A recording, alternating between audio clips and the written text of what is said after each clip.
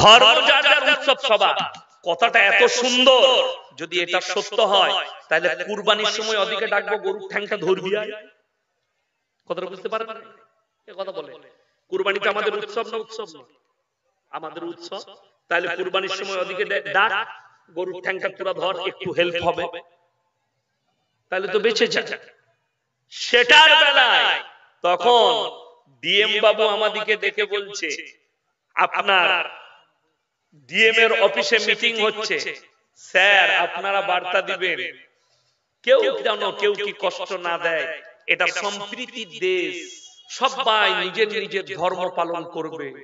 তার বেলায় তো কই ডিএম এর মুখ দিয়ে বেরোচ্ছে না ধর্ম যার যার উৎসব সবাই কুরবানির সময়। তাইলে তো আমি একটা আলাদা গরু কিনবো, এক হাঁড়ি চাপাবো, খাওয়াবার লাগে সবার উৎসব।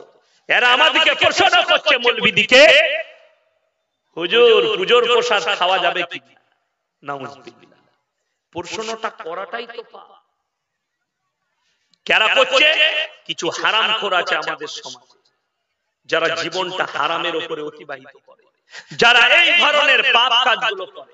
অনেক মুসলমান ভাবে আমি যাই, আমার হিন্দু ভাইদের সঙ্গে সম্পর্ক আছে, আপনি যান। অনেকজন কি বলে জানেন, শিক্ষিত আবার, তারা হিন্দু ভাইদের বাড়িতে গিয়ে বলে আমার কিন্তু বাস দিচ্ছে না, যা দিবে সব চলবে, কাটা কাটা সব খায়। তুমি যখন খেয়ে চলে আসবে পেছনে বলবে হারামির বাচ্চা ধর্ম মানে না, এই ভাষাটা তোমার পেছনে বলবে, তোমাকে হারামির বাচ্চা বলে সংবর্ধনা দিবে আর বলবে ধর্ম মানে না। আর যদি বলেন আমার কিন্তু হারাম জিনিস চলে না। আপনারা মনে করছেন আমি ধর্ম বিদ্বেষী কথা বলছি? আমার 25 থেকে 30,000 জলসা ছুটছে ইউটিউব আর ফেসবুকে, আপনি এক্ষুনি সাইডে গিয়ে সার্চিং করুন। একটা যদি বার করতে পারেন কারুর দেবদেবীকে গালি দিয়েছি, কারুর ধর্মকে গালি দিয়েছি, আচ্ছা আপনি বলুন আমি এখনো পর্যন্ত কারুর দেবদেবীকে গালি দিলাম? আমাকে মেদিনীপুরে একটা ছেলে প্রশ্ন দিয়েছিল, গড়বেতা বলে জঙ্গল মহলে, কি হুজুর শিবলিঙ্গ নিয়ে একটু আলোচনা করুন। আমি বললাম যে ধর্ম সম্পর্কে আমি পড়ি নাই সেই সম্পর্কে আমি আলোচনা করতে পারবো না। আমি যদি আলোচনা করতে চাই আমার প্রতিবেশী হিন্দু ভাইদের মনে ব্যথা লাগবে, যেহেতু আমি যেটাই করব কাল্পনিক, আমার না জানাটা করব, আমি আবেগে করব। ওই জন্য ইসলামে এটা স্বীকৃতি দেয়নি কারো দেবদেবীকে গালি দাও। যদি বলিস তোর লিঙ্গ নিয়ে আলোচনা করতে পারবো, কিভাবে কাটবি, কিভাবে পানি নিবি, কিভাবে গোসল করবি, কিভাবে ধুবি, ওইটা বলে দিতে পারবো, কিন্তু শিবলিঙ্গর আলোচনা আমি করতে পারবো না, যেহেতু ওই জ্ঞানটা আমার মধ্যে নেই। তাইলে আমাকে জ্ঞান অর্জন করতে হবে, তারপরে আলোচনা করব। বড় কষ্ট লাগে, এই জ্ঞানটা আমার মধ্যে আছে এবং কোরআন এবং হাদিস থেকে পেয়েছি, আল্লাহ ব্যতীত অপরের নামে উৎসর্গ করা জিনিস যদি বলেন কোরআনে সূরা বাকারায় আছে, ইন্নামা হাররামা আলাইকুমুল মাইতাতা ওয়াদ-দামা ওয়া লাহমাল খিনজির ওয়া মা উহিল্লা বিহি লিগাইরিল্লাহ।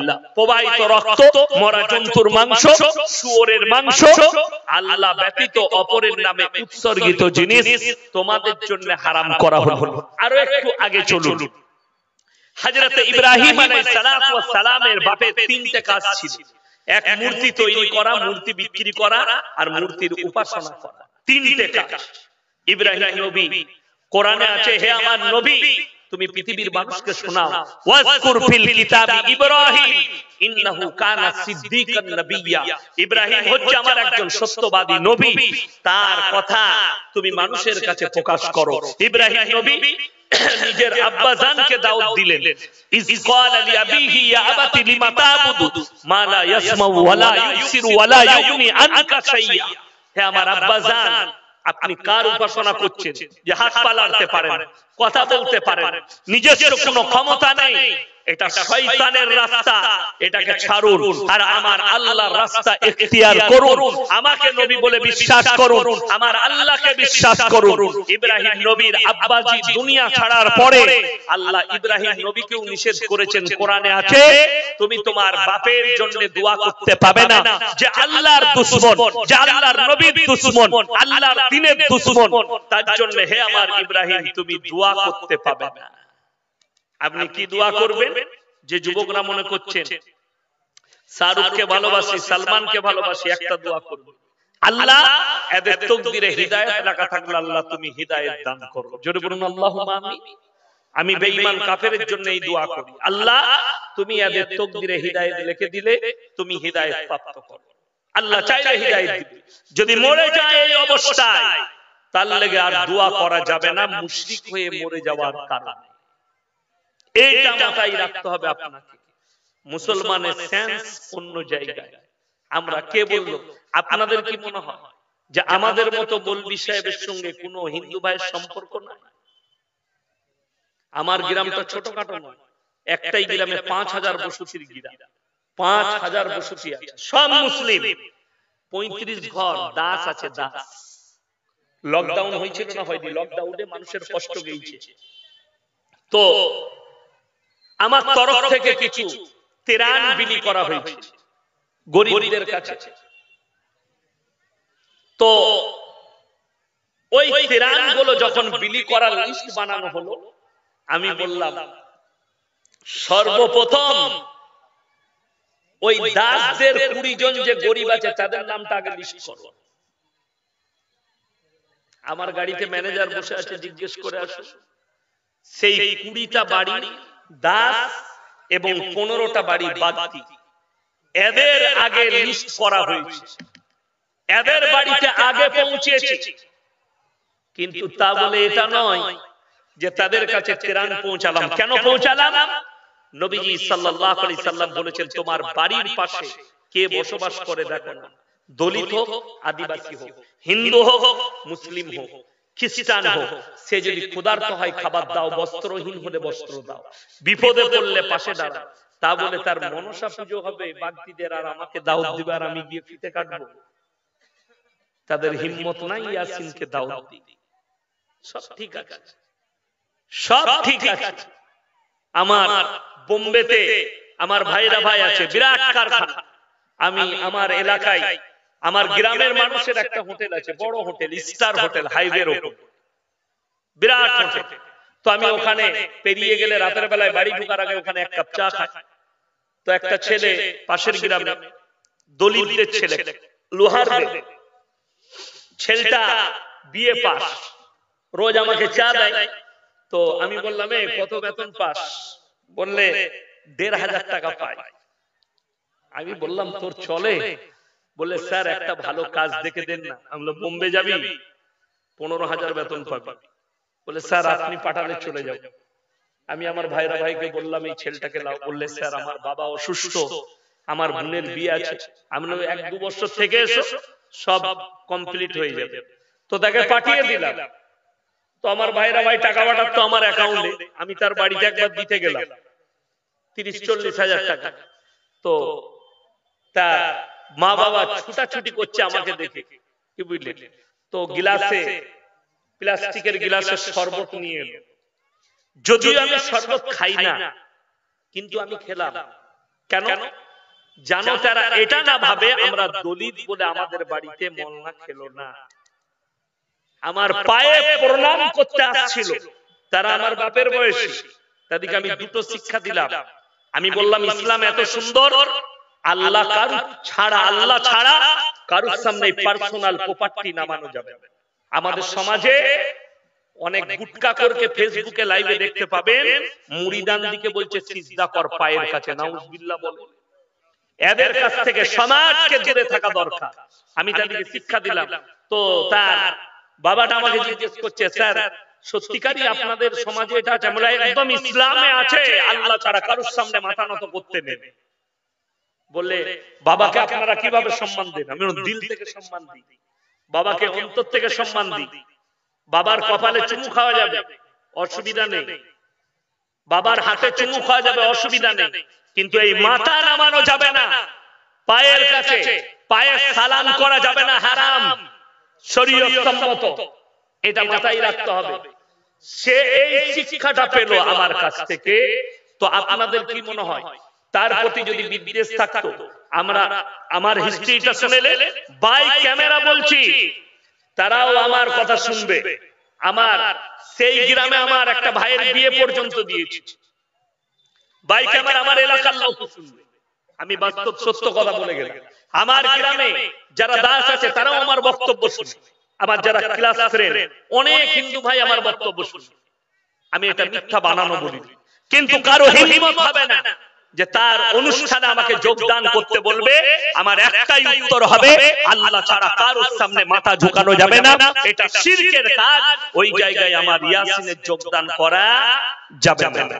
আমি কারো দেবদেবীর বিরুদ্ধে গালি দিই, নবীজি বলেছেন কারো ধর্মকে গালি দিও না, কারো দেবদেবীকে গালি দিও না, তারটাকে নিজের মনে করো না। এরা মনে করেছে যে এই মৌলবীরা স্কুলে পড়াশোনা করেনি, এদের মধ্যে শিক্ষা নেই। আপনাকে বলে দিই, শুনেলেন, আজকে বড় কষ্ট লাগে যারা আমাদেরকে মাদ্রাসা ছাপ বলে, যারা আমাদেরকে দাড়ি টুপি ওয়ালাদিকে দিয়ে মজাক করে, তাদেরকে বলে যায় যারা শিক্ষিত আছেন, জ্ঞানী আছেন, এই মালদা ডিস্ট্রিক্ট থেকে প্রবান্ধব বর্ধমান ইউনিভার্সিটির একটা মেয়ে প্রফেসর এত কুরুচিকর মন্তব্য করেছিল 5 বছর আগে। এই মেয়েটা মুসলমান ঘরের, তানবীর নাসরিন নাম, মেয়েটা প্রফেসর ইউনিভার্সিটি, ছোট ছোট চুল, জিন্সের প্যান্ট আর গেঞ্জি পরে, মুসলিম ঘরের মেয়ে। পেছন থেকে দেখলে মনে হবে দুলাভাই যাচ্ছে, বোনাই মনে হবে, বেটা ছেলে। সে বক্তব্য দিচ্ছে স্টেজে ইউনিভার্সিটির প্রেস কনফারেন্সে যে এক শ্রেণীর দাড়ি টুপিওয়ালা লোক ইসলামকে পেশ করিয়ে দিল। এই কোরআনটা 1400 বছর আগেকার পুরনো কোরআন, এটাকে পাল্টিয়ে মডেলিং এর যুগে আনতে হবে। জোরে বলুন নাউজুবিল্লাহ। এত বড় ভাষা। তৃতীয় নম্বর, যে সমস্ত ছেলে মেয়েরা সমকামিতে লিপ্ত হবে আমি তাদের পাশে আছি। জোরে বলুন নাউজুবিল্লাহ। এই মেয়েটার উত্তর আমার কাছে আছে, এই কোরআন রাখা আছে। আল্লাহর কসম খেয়ে বলে যাচ্ছি, শিক্ষিত অশিক্ষিত সবাই শুনে যান, পৃথিবীর কিয়ামত পর্যন্ত, কিয়ামতের সকাল পর্যন্ত কোরআন যেদিন থেকে এসেছে মডেলিং ছিল, মডেলিং আছে, কিয়ামত পর্যন্ত মডেলিং থাকবে। জোরে বলুন সুবহানাল্লাহ। কেন? আমার আল্লাহ রাব্বুল আলামিন কোরআনে বলেছেন, ফালান তাজিদা লিসুন্নাতিল্লাহি তাবদীলা। হে আমার বিশ্ব নবী, কিয়ামত পর্যন্ত আমার কোরআনের একটা জের জবরকে পরিবর্তন করার ক্ষমতা পৃথিবীর কোন শক্তি নেই। জোরে বলুন সুবহানাল্লাহ। আপনি বলছেন কোরআনের, আপনাকে দলিল দিয়ে দিই, কোরআন মডেলিং না, আপনি যেটাকে মডেলিং ভাবছেন ওটা মডেলিং। আপনি এই যে মোড় থেকে ভাঙলাম, ওটা কি মোড়? মোড়টার নাম বিএসএফ। এই বিএসএফ মোড় থেকে স্টার্ট করুন আপ টু কলকাতা পর্যন্ত 34 নম্বরের উপরে যতগুলো মোড় পড়বে, প্রত্যেকটা বাজারে একটা করে সরকারের লাইসেন্সধারী মদের দোকান খোলা আছে। ঠিক বললাম না ভুল বললাম?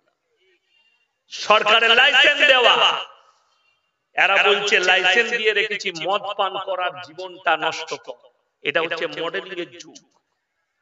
মডেলিং আপনাকে বলি, আমরা মৌলবীরা তো পুরনো যুগে ঢুকে আছি, এই দাড়ি টুপি নামাজ নিয়ে পড়ে আছি। এটা বলছি মডেলিং। বলে দিই, মালদা জেলায় আপনার মাদ্রাসা আছে না নাই বলুন? এখন বড় বড় মাদ্রাসা, বিসমিল্লাহ, আলহামদুলিল্লাহ, যতগুলো মাদ্রাসা আছে আপনার এই এলাকা থেকে শুরু করে আপ টু গোটা মালদা ডিস্ট্রিক্ট, একটা মাদ্রাসার ছাত্র বার করে নিয়ে আসে, যে ছাত্রের সঙ্গে র্যাগিং হয়েছে, ন্যাংটো নাচানো হয়েছে, প্রমাণ আছে আপনাদের কাছে? ইয়েস এন্ড নো বলুন তাড়াতাড়ি। আছে?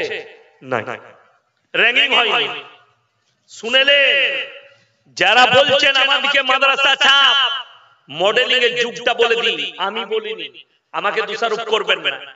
নামগুলো বলে দিচ্ছি। নিউজ 18 বাংলা খবর সম্প্রচার করে, তার নাম হচ্ছে অয়ন। রিপাবলিক টিভি একটা চারচোখো আছে সে, আপনার এবিপি আনন্দ, জি নিউজ বাংলা, যতগুলো রিপোর্টার আছে। কলকাতা যাদবপুর বিশ্ববিদ্যালয়ে 2 মাস আগে একটা ছেলে আত্মহত্যা করেছে, র্যাগিং করা হয়েছিল তার সঙ্গে। পুলিশের রিপোর্টে উঠে এসেছে ছেলেটাকে তার সিনিয়ররা কামরার ভেতরে ন্যাংটো করে নাচিয়েছে। সে ডিপ্রেশনে এসে বরদাস্ত না করতে পেরে আত্মহত্যা করেছে ছেলেটা। হয়ে গেল, রিপোর্টার হাজির হয়ে গেল, যাঁচ শুরু হলো। আমরা বলিনি, এই রিপোর্টাররা খবর দিচ্ছে যাদবপুরের হোস্টেলের পায়খানা বাথরুম থেকে নিরোধ পাওয়া গেছে, সেক্সের ট্যাবলেট পাওয়া গেছে, মদের বোতল পাওয়া গেছে। এটা আপনি মডেলিং এর যুগ বলে দিচ্ছি। ওই তানভীর নাসরিনের মতো হারামের আওলাদ যারা বলছে টুপি দাড়িওয়ালারা ইসলামকে মুসলমানকে পেট করিয়েছে, তাদেরকে বলে যাচ্ছে যে শিক্ষিতরা বলছেন এই মৌলবীরা কোরআন নিয়ে পড়ে আছে, হাদিস নিয়ে আর ইসলাম নিয়ে পড়ে আছে, তাদেরকে বলছি তোমরা পশ্চিমী দুনিয়াকে ফলো করছো। তাদের কাছে নাসা আছে, তাদের কাছে বিজ্ঞান আছে, তাদের কাছে টেকনোলজি আছে, তাদের কাছে সব আছে। আমি প্রমাণ দিচ্ছি তাদের কাছে আমাদের কাছে যেটা আছে সেটা তাদের কাছে নাই। আর কিয়ামতের দিনে বুঝতে পারবেন আসল টেকনোলজি কাদের কাছে আল্লাহ রেখেছে। আসল টেকনোলজি মরণের পরে বুঝতে পারবে। কেন? আজকে যারা বসে আছে, আমার পরিচয়, আমার আব্বাজিও মনে হয় এখানে জলসা করে গেছে, তাই না মাস্টার সাহেব? আব্বা জানেন আমার পরিচয় কিন্তু আমার বাপের দ্বারা, ঠিক কিনা? আমাকে যদি জিজ্ঞেস করেন আপনি কে, আমি মৌলভী শওকত আলী বর্ধমানের ছেলে, এটা আমার পরিচয়। আচ্ছা আমি কি বলবো আমার মায়ের নামটা, যে আমার মায়ের সন্তান, কথা বলে আপনাদের এখানে গায়ের বাচ্চা হলে কি বলে? গায়ের বাচ্চা বলে না, ষাঁড়ের বাচ্চা বলে? গায়ের বাচ্চা বলে। কেন? জানোয়ারের পরিচয় মায়ের দ্বারা, ইনসানের পরিচয় আল্লাহ দিয়েছে বাপের দ্বারা।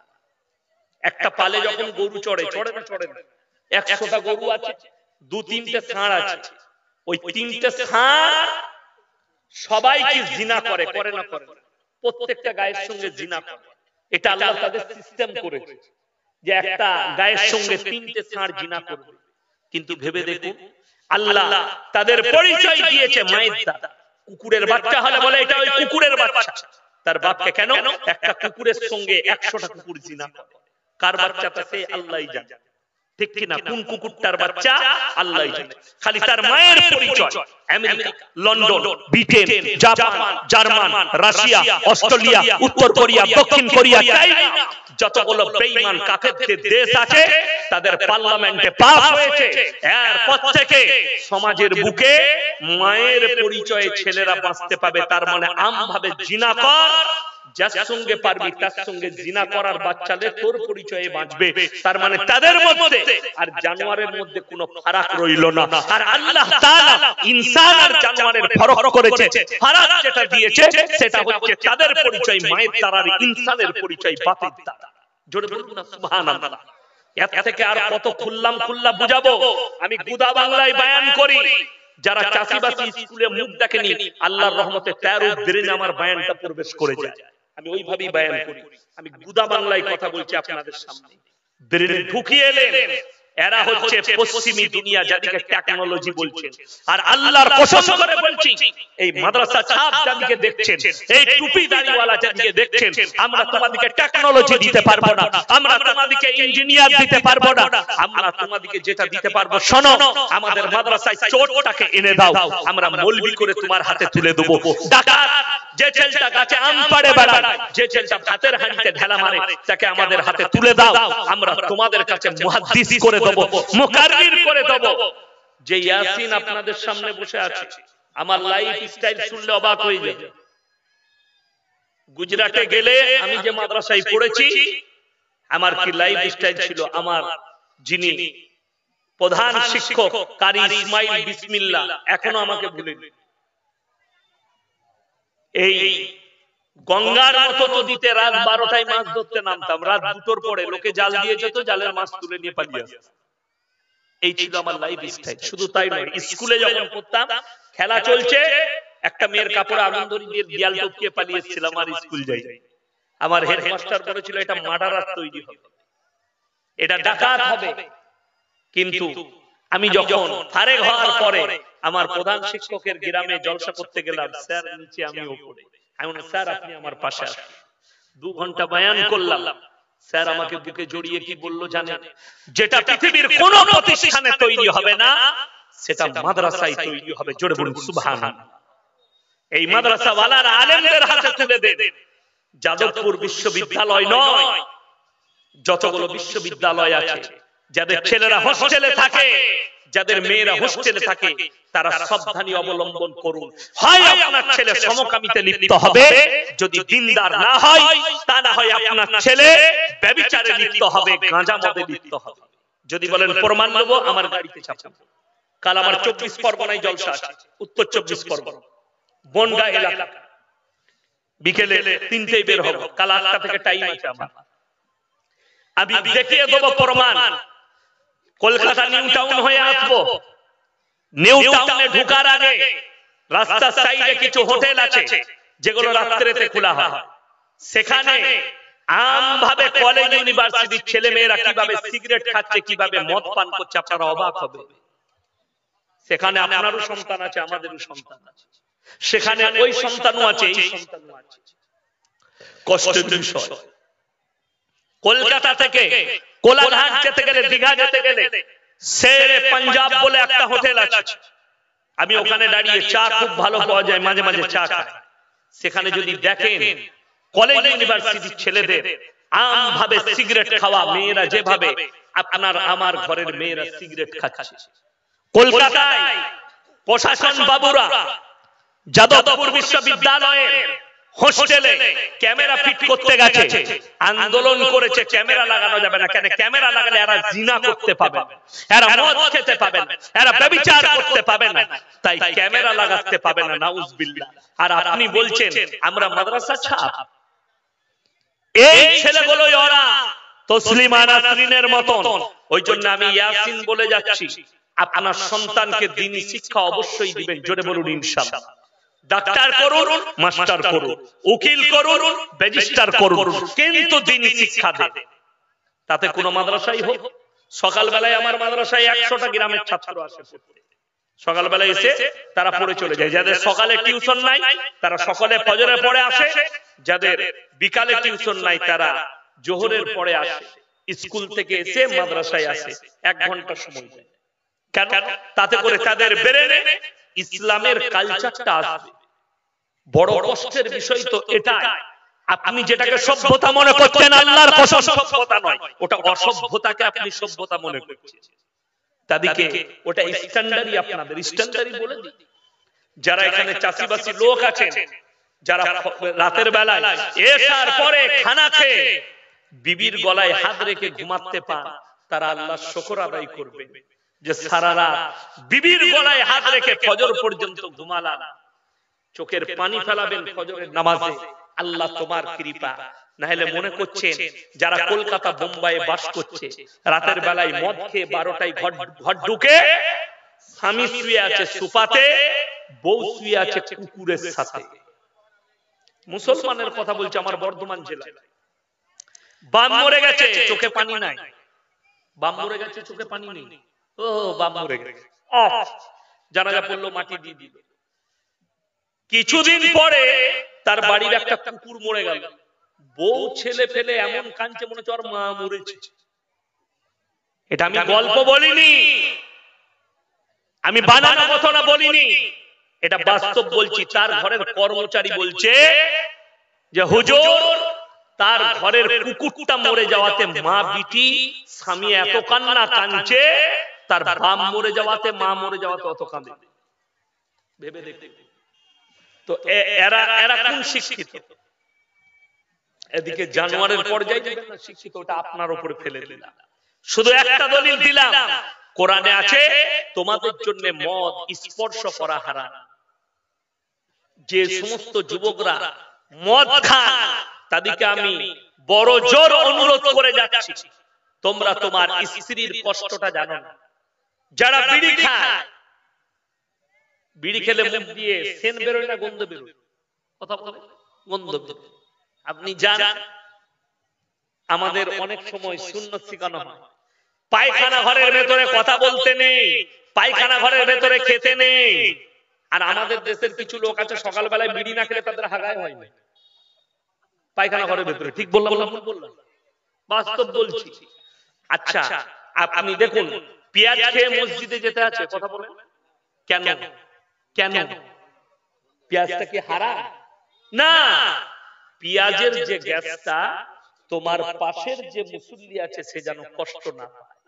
ইসলাম বলেছে তোমরা ততক্ষণ পর্যন্ত মুমিন হতে পারবে না তোমার প্রতিবেশী তোমার পাশের লোক যতক্ষণ তোমার কাছ থেকে সুরক্ষিত নয়, আমার দ্বারা যেটা কষ্ট পাবে সেই জিনিসটাই আমি ব্যবহার করব না। তো তুমি বিড়ি খেয়ে যখন তোমার বউকে বলবে একটা মুখেতে চুমু খায়, তার মনে মনে হবে তোর মুখকে জুতো মারি, হ্যাঁ, কিন্তু মারতে পারে না, কি করবে? গাঁজা খেয়ে মদ খেয়ে এসে বউকে বলে আমার ঠোঁটে একটা চুমু খা, তোর মুখে মুতে দিয়া দরকার। যারা মদ খায়, হ্যাঁ, মাতালদের একটা লাভ আছে, দারুণ লাভ। কি লাভ? যদি 3 বোতল মদ খেয়ে রাস্তা